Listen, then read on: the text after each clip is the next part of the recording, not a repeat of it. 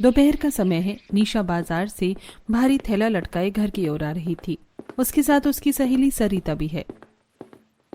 उफ, सरिता, आज तो सूरज जैसे आग उगल रहा है। अभी अभी तो गर्मी का मौसम शुरू हुआ है, लेकिन इतनी गर्मी पड़ने लगी है। सही कह रही है निशा, अब घर पहुंचते ही किचन में घुसना पड़ेगा। इस गर्मी में खाना बनाना किसी जंग से कम नहीं है। वैसे निशा, क्या तेरा इस गर्मी में भारी खाना खाने का मन करता है? मेरा तो सच कहूँ तो बिल्कुल जी ही नहीं करता, बस ठंडा पानी और जूस मिलता रहे। अरे सरिता, खाना नहीं खाएंगे तो काम कैसे करेंगे? मुझे तो लगता है कि चाहे जो हो, खाना तो डट कर ही खाना चाहिए। बात तो तेरी भी सही है, पर गर्मी में भूख मर जाती है यार। बातें करते हुए दोनों अपने घर आ जाती है। निशा घर पहुंचती है और सीधे किचन में जाती है। वो पसीने में लथपथ होकर छोले भटूरे और पनीर की सब्जी बनाना शुरू करती है। शाम को जब सब ऑफिस से थके हारे लौटते हैं तो निशा बड़ी ही खुशी के साथ डाइनिंग टेबल पर खाना लगाती है। आइए माँ जी, पापा जी, आज मैंने आप सबकी पसंद के गर्मा गर्म छोले और कुलचे बनाए हैं, साथ में पनीर की सब्जी भी बनाई है। सभी लोग खाना खाने के लिए बैठ जाते हैं। तभी खाना देखकर कमला कहती है, ओहो बहू, इतनी गर्मी में तूने ये सब क्यों बनाया?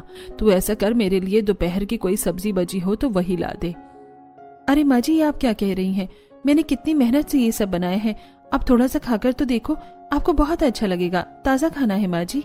हाँ कमला, बहू ने बनाया है तो खा लो।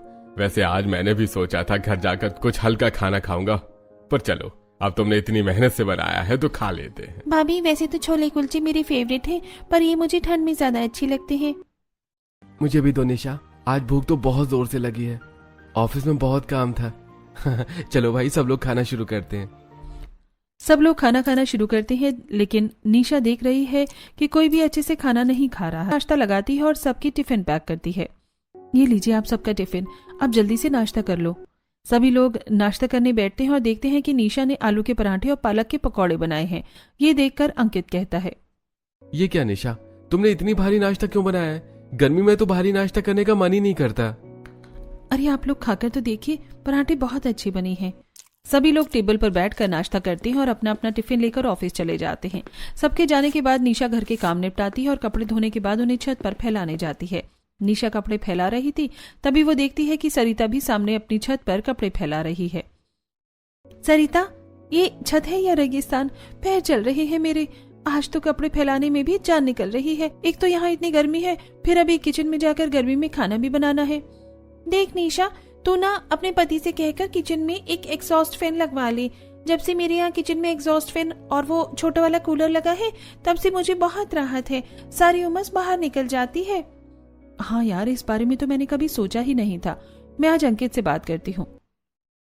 बातें करने के बाद निशा नीचे आती है और किचन में जाकर शाम का खाना तैयार करने लगती है।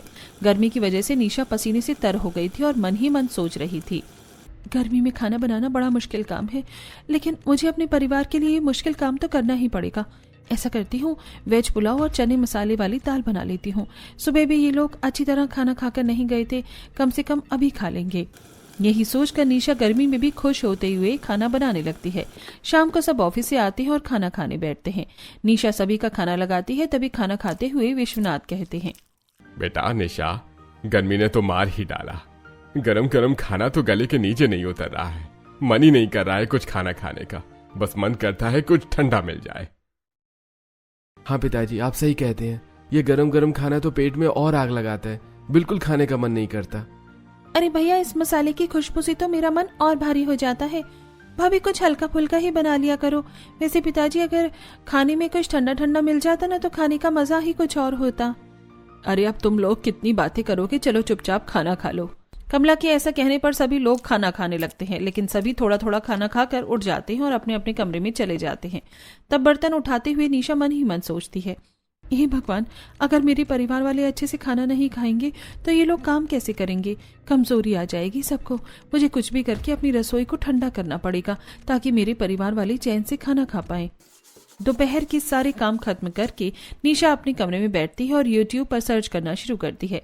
वो ठंडी रसोई और गर्मियों के लिए खास व्यंजन सर्च करती है और फिर खुश होते हुए अपने आप से कहती है, अच्छा, तो लौकी और गिलकी की तासी ठंडी होती है और ये गर्मियों में शरीर को बहुत फायदा पहुंचाती है। अगर मैं नींबू का इस्तेमाल करूं तो ये और भी ताज़ा ठंडा तरबूज भी सर्व करूंगी।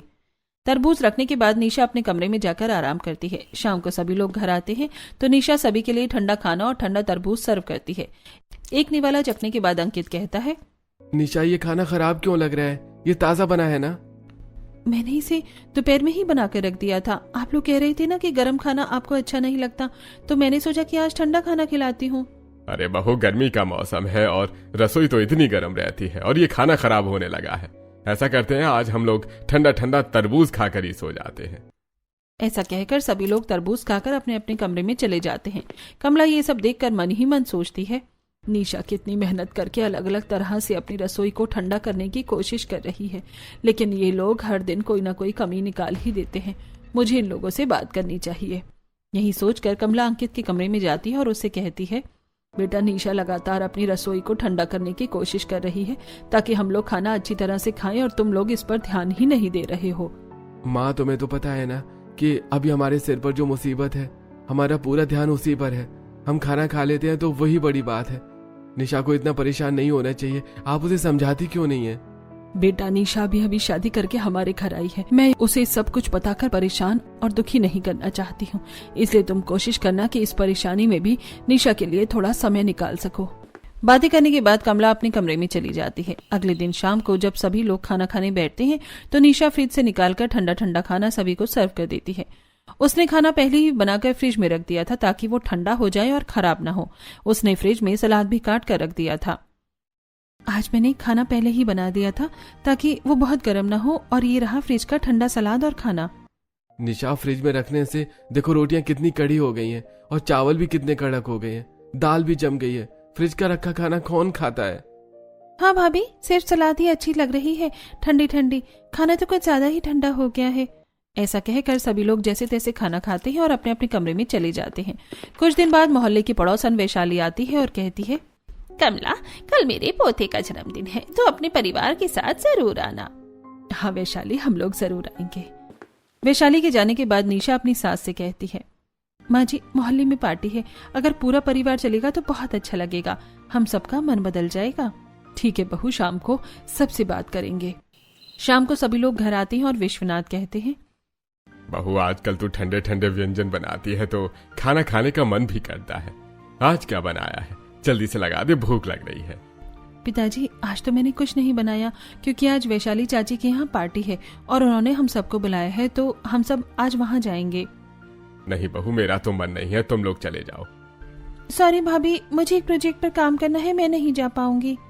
और मेरी भी आज एक जरूरी मीटिंग है तो मैं भी नहीं जा पाऊंगा। माँ जी, अकेले जाने में मजा नहीं आएगा, मैं घर पर ही रहकर खाना बना लेती हूँ। निशा फिर से किचन में जाती है। वो आज फ्रूट रायता बनाने का फैसला करती है। वो घंटों किचन में फलों को काटती है और दही तैयार करती है। पसीने से उसका बुरा हाल है। फिर वो फ्रूट और दही को मिक्स करके उसमें कुछ मसाले डालती है और उसे फ्रिज में रख देती है। साथ ही दाल और चावल भी बनाती है। फिर वो सभी लोगों को दाल चावल और ठंडा ठंडा फ्रूट रायता सर्व करती है। सभी लोग खाना खाकर अपने अपने कमरे में आराम करने लगते हैं। अगले दिन निशा टीवी पर कुछ महंगे शरबत और जूस के ऐड देखती है और मन ही मन सोचती है, अरे वाह, अगर मैं ये शरबत और जूस अपने परिवार वालों के लिए लाऊं तो वो खाने के साथ साथ ठंडी शरबत और जूस पियेंगे तो उन्हें अच्छा लगेगा। यही सोचकर शाम को निशा बाजार जाती है और ढेर सारे महंगे शरबत और जूस लेकर घर वापस आती है। रास्ते में उसे वैशाली मिलती है और कहती है, अरे निशा, इतनी सारी शरबत की बोतल और जूस की बोतल लेकर आई हो, घर में कोई पार्टी है क्या? नहीं नहीं चाची, ये तो मैं अपने घर वालों के लिए लेकर आई हूँ। मेरे घर वालों को गर्मी में ठंडी चीजें ही पसंद है। ऐसा कहकर निशा वो सारी बोतलें फ्रिज में लाकर रख देती है। शाम को जब सभी लोग आते हैं तो निशा उन्हें खाने के साथ महंगे ड्रिंक बनाकर सर्व करती है। ये देखकर अंकित कहता है, निशा, ये ड्रिंक तो बहुत महंगी लगती है। मैंने तुम्हें जो कुछ पैसे रखने के लिए दिए थे, कहीं तुमने खर्च तो नहीं कर दिए? हाँ जी, मैं उन्हीं पैसों से ये सारा सामान लेकर आई हूँ। ओहो निशा, तुम्हें क्या जरूरत है अपनी रसोई को इतना ठंडा करने की? जैसा खाना हम खाते हैं वैसे ही खा लेंगे। तुम ये फालतू के खर्च करना बंद कर दो। ऐसा कहकर अंकित गुस्से में उठकर अपने कमरे में चला जाता है। बाकी लोग भी थोड़ा थोड़ा खाना खाकर अपने अपने कमरे में चले जाते हैं। तब निशा मन ही मन सोचती है, शायद मैंने ही ठंडी रसोई के लिए इतने महंगे जूस लाकर गलती की। मुझे अंकित से बात करनी चाहिए। वो अपने कमरे की तरफ जाती है, तभी उसे अंकित और कमला की बातें सुनाई देती है। निशा छुप कर सुनने लगती है। बेटा, हम पर क्या मुसीबत है ये सिर्फ हम जानते हैं। निशा तो कुछ नहीं जानती। तुम्हें उससे ऐसा व्यवहार नहीं करना चाहिए। तो मैं और क्या करूं माँ? आपको तो पता है ना कि मैंने पैसे किस काम के लिए रखे थे। निशा ने उन्हें भी अपनी ठंडी रसोई के चक्कर में खर्च कर दिया। आपको पता है ना अब हमें कितनी परेशानी उठानी पड़ेगी। लेकिन बेटा निशा ये सब कुछ हमारे लिए ही तो कर रही है, उससे ऐसा रूखा व्यवहार करना ठीक बात नहीं है। और वैसे भी कुछ दिनों की बात है, फिर तो सब कुछ ठीक हो ही जाएगा। ऐसा कहकर कमला बाहर की तरफ आती है तो निशा रसोई में जाकर छुप जाती है और मनी मन सोचती है, ऐसी भी क्या मुसीबत है इन पर जो ये लोग मुझे नहीं बता रहे हैं। कुछ भी हो मुझे ये सब जानना ही होगा। निशा कमरे में जाती है और अंकित से कहती है, अंकित आप बहुत परेशान दिखाई दे रहे हैं, अगर कोई परेशानी है तो मुझे बताइए, आखिर मैं आपकी पत्नी हूं और मुझे जानने का पूरा हक है। नहीं नहीं निशा, ऐसी कोई बात नहीं है, बल्कि मुझे तुमसे सॉरी कहना चाहिए कि मैंने जबरदस्ती तुम्हें डांट दिया। आगे से ध्यान रखूंगा कि ऐसा ना हो। ऐसा कहकर अंकित बात को टाल देता है। अगले दिन निशा यूट्यूब से कांजी की रेसिपी देखती है और कांजी बनाने का सामान खरीद कर ले आती है। साथ ही वो अनार रस और कीवी खरीद कर लाती है और वो किचन में अनार रस और कीवी काट रही थी। तभी कमला वहां आ जाती है और ये सब देखकर कहती है, तुम ये इतने महंगे फल क्यों लेकर आई हो और इतनी सारी चीजों की भला क्या ही जरूरत थी। माँ जी, गर्मियों में ये कीवी और अनारस बहुत ठंडा होता है और देखिए मैं कांजी बनाने का सामान भी लेकर आई हूँ, सभी लोग इसके साथ अच्छी तरह खाना खा लेंगे। हे भगवान, अब मैं बहू को सारी बात कैसे बताऊं, मुझे ही कुछ न कुछ करना होगा। शाम को सभी लोग घर आते हैं, तब खाने के साथ साथ निशा सभी को ठंडी ठंडी कीवी और अनारस भी सर्व करती है। साथ में वो उन्हें कांजी भी बना कर देती है। ये सब देखकर अंकित को बहुत गुस्सा आता है, लेकिन वो कुछ नहीं कहता और सभी चुपचाप खाना खा लेते हैं। अगले दिन निशा को खाना बनाते समय अचानक चक्कर आ जाता है और वो वहीं बेहोश होकर गिर जाती है। कमला की नजर उस पर पड़ती है और वो चिल्ला उठती है, अरे बहू क्या हुआ तुझे, जल्दी आओ विश्वनाथ जी, अंकित देखो बहू गिर गई। सब भागकर आते हैं और उसे उठाकर सोफे पर लेटाते हैं। विश्वनाथ चिंता में अंकित से कहते हैं, अंकित जल्दी डॉक्टर को बुला, ये सब हमारी ही गलती है। बेचारी बच्ची सारा दिन इस भट्टी जैसी रसोई में जलती रहती थी और हम अपनी परेशानियों के चक्कर में उस पर ध्यान ही नहीं दे पाते थे। थोड़ी देर बाद डॉक्टर घर आते हैं और निशा की जांच करते हुए फिर कहते हैं, देखिए इनका ब्लड प्रेशर बहुत लो हो गया है, शरीर में पानी की कमी है और भयंकर गर्मी की वजह से ये बेहोश हुई हैं। इन्हें 15 दिन का पूरा आराम चाहिए। इन्हें किचन की गर्मी से बिल्कुल दूर रखिए, वरना हालत बिगड़ सकती है। डॉक्टर के जाने के बाद अंकित कहता है, निशा कोई जरूरत नहीं है तुम्हें आज के बाद काम करने की, तुम पूरी तरह आराम करोगी और हम तुम्हारा ख्याल रखेंगे। सभी को अपनी इतनी चिंता करते हुए देखकर निशा को बहुत खुशी होती है। अब सभी लोग निशा का ख्याल रखते हैं और अगले 15 दिनों बाद निशा ठीक हो जाती है। 15 दिन बाद अंकित अपनी माँ से कहता है, माँ निशा को आराम करते 15 दिन हो गए हैं, आज मैं उसे फिर एक बार डॉक्टर के पास जाकर चेक करवा लेता हूँ। वो मेरे जाने के बाद आप लोगों को क्या क्या करना है आपको पता है ना।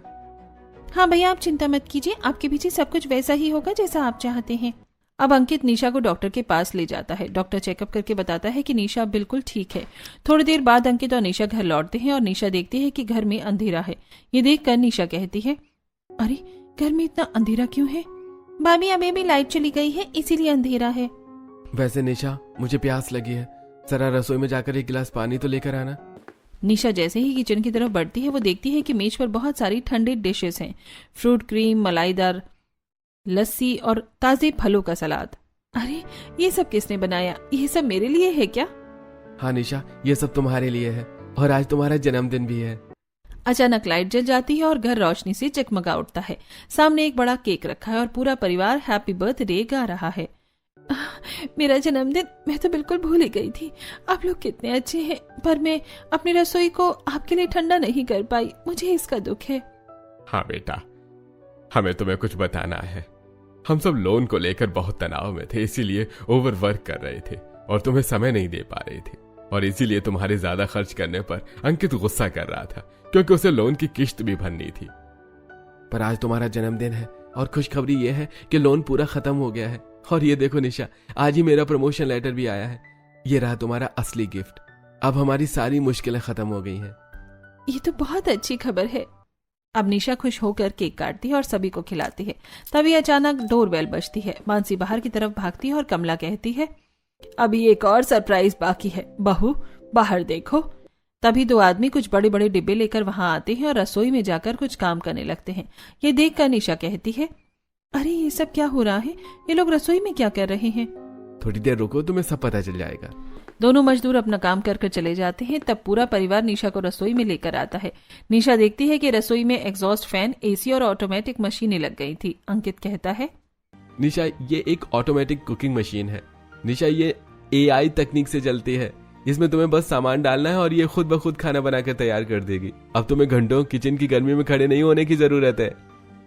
बेटा, डॉक्टर ने कहा था कि तुझे गर्मी से दूर रखना है, इसलिए हम सब ने मिलकर ये मशीन मंगवाई है। अब तुम्हारी रसोई सच में ठंडी रसोई बन गई है। आप सबका बहुत बहुत शुक्रिया। आज मेरी रसोई सिर्फ ठंडी ही नहीं बल्कि खुशियों से भर गई। निशा की मेहनत और परिवार के प्यार ने आज साबित कर दिया कि जब दिल मिल जाते हैं तो तपती गर्मी भी सावन की फुहार बन जाती है।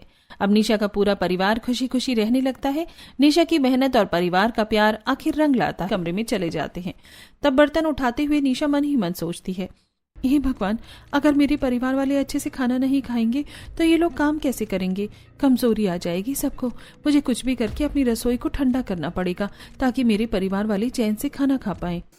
दोपहर के सारे काम खत्म करके निशा अपने कमरे में बैठती है और YouTube पर सर्च करना शुरू करती है।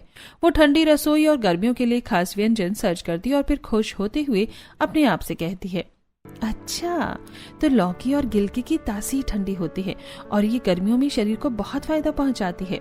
अगर मैं नींबू का इस्तेमाल करूं तो ये और भी ताजा लगेगी। निशा ऐसा सोच ही रही थी कि तभी बाहर गली में सब्जी वाले की आवाज आती है।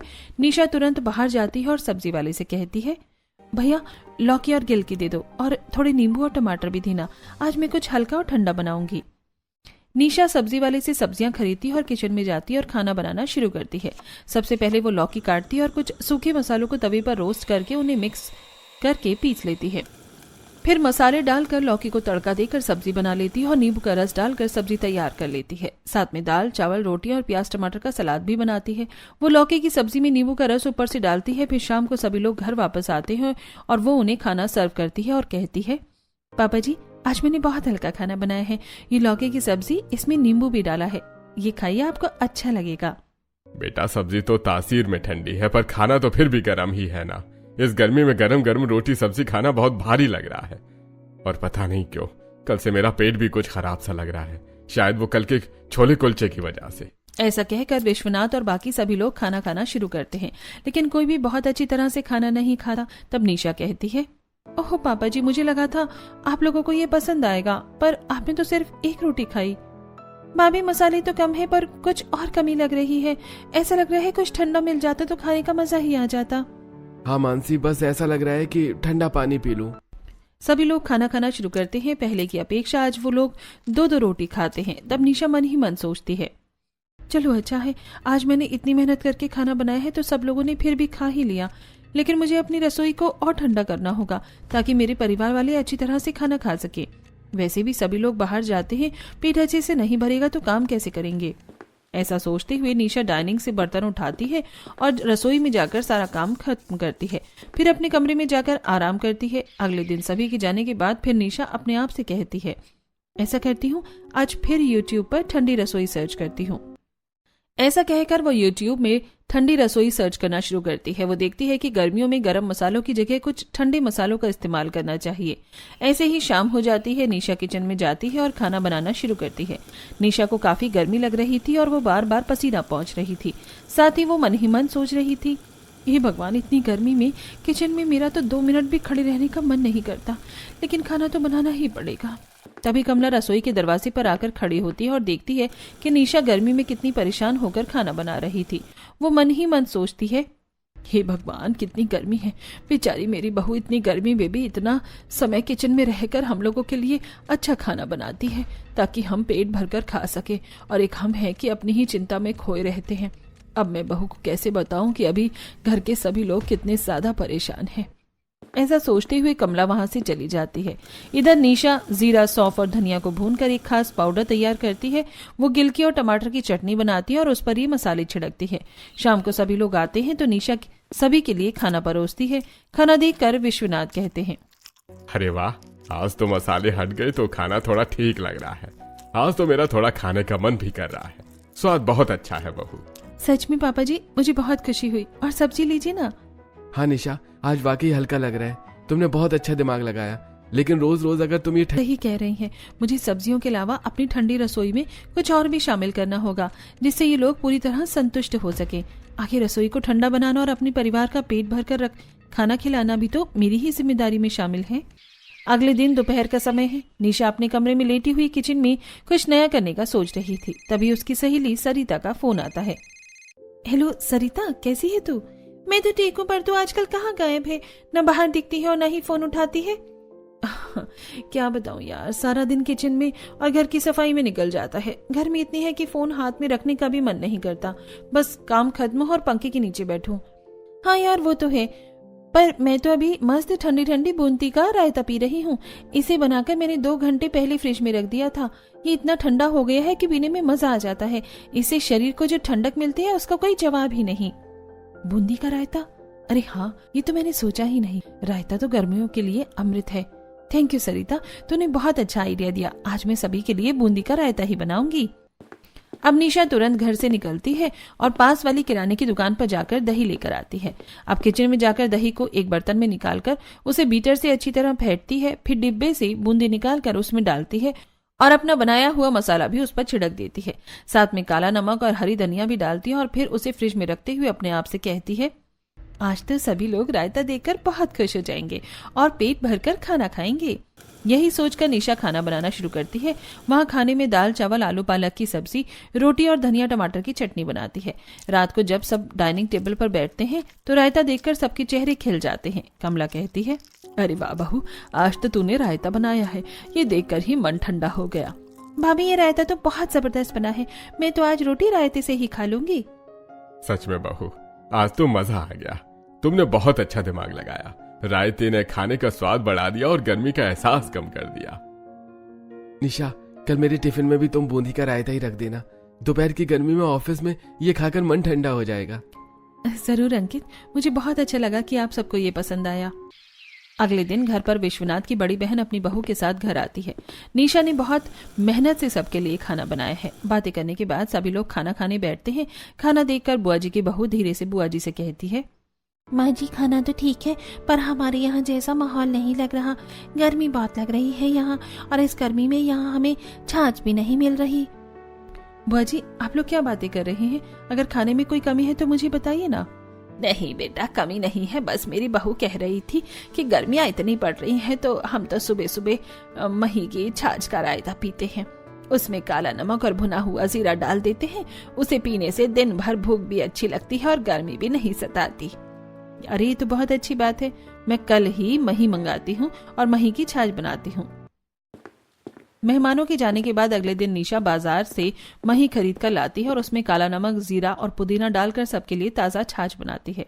सुबह ऑफिस जाने से पहले सबको एक एक गिलास छाछ देती है। छाछ पीकर विश्वनाथ कहते हैं, आहा, बहू, ये पीकर तो मजा आ गया।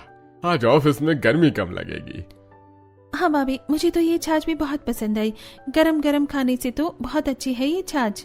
काश खाना भी छाछ की तरह ठंडा होता तो ज्यादा अच्छे से खा पाते। हाँ मानसी, तूने तो मेरे मुंह की बात छीन ली। खाना भी ठंडा होता तो खाने में ऐसे मजा आता जैसे ये छाछ पीने में आ रहा है। बातें करने के बाद सभी लोग ऑफिस चले जाते हैं। तब निशा अपनी सास से कहती है, माँ जी देखिए, ये छाछ बच गई है। चलिए ना हम सरिता को थोड़ी सी छाछ दे आते हैं। निशा अपनी सास के साथ सरिता के घर जाती है। सरिता अपनी रसोई में काम कर रही थी। निशा सरिता को छाछ देती है और कहती है, सरिता, मैंने ये छाछ बनाई थी तो तेरे लिए भी ले आई हूँ, इसे पी लेना। वैसे तेरी रसोई काफी ठंडी लग रही है। हाँ निशा, मेरी रसोई में एग्जॉस्ट फैन और छोटा कूलर जो लगा है, जब से ये सब लगा है तब से मुझे भी रसोई में खाना बनाने में थोड़ा आराम रहता है। थोड़ी देर बातें करने के बाद निशा अपने घर वापस आ जाती है। रसोई में जाकर काम करते हुए मन ही मन सोचती है, सभी लोग कह रहे थे कि खाना ठंडा होता तो खाने में मजा आ जाता। ऐसा करती हूँ कि आज खाना भी अभी बनाकर रख देती हूँ। शाम तक ठंडा हो जाएगा और ये लोग सब अच्छे से खाना खा पाएंगे। यही सोचकर निशा सबसे पहले गंदे बर्तनों को धोती है और रसोई साफ करती है। फिर वो शाम के लिए खाना बनाने लग जाती है। तभी कमला वहां आती है और निशा को खाना बनाते देखकर कहती है, अरे निशा, तूने अभी अभी तो खाना बनाकर सबको खिलाया है और अब तू फिर से खाना बनाने लगी। तुझे गर्मी नहीं लग रही क्या किचन में? जा जाकर आराम कर ले। माँ जी, सभी लोगों को गर्म खाना पसंद नहीं आता तो सोच रही हूँ कि अभी से ही खाना बनाकर रख दूं ताकि शाम तक ठंडा खाना हो जाए और सभी लोग अच्छे से खा पाएं। आप चिंता मत कीजिए, मैं खाना बनाकर आराम कर लूंगी। मेरी बहू गर्मी में खाना बनाकर कितना परेशान हो रही है। अगर हमारे सिर पर ये मुसीबत न होती तो मैं भी बहू के लिए रसोई में कूलर और एग्जॉस्ट फैन लगवा देती। कमला के मना करने पर भी निशा नहीं मानती और रसोई में खाना बनाती रहती है। वो खाना बनाकर रख देती है। शाम हो जाती है, तभी बाहर तरबूज वाला तरबूज बेचने आता है। निशा बाहर निकलती है और एक बड़ा सा तरबूज खरीद लेती है। फिर किचन में आकर तरबूज को छोटे छोटे टुकड़ों में काटती है और उसे फ्रिज में रखते हुए अपने आप से कहती है, आज ठंडे खाने के साथ सभी को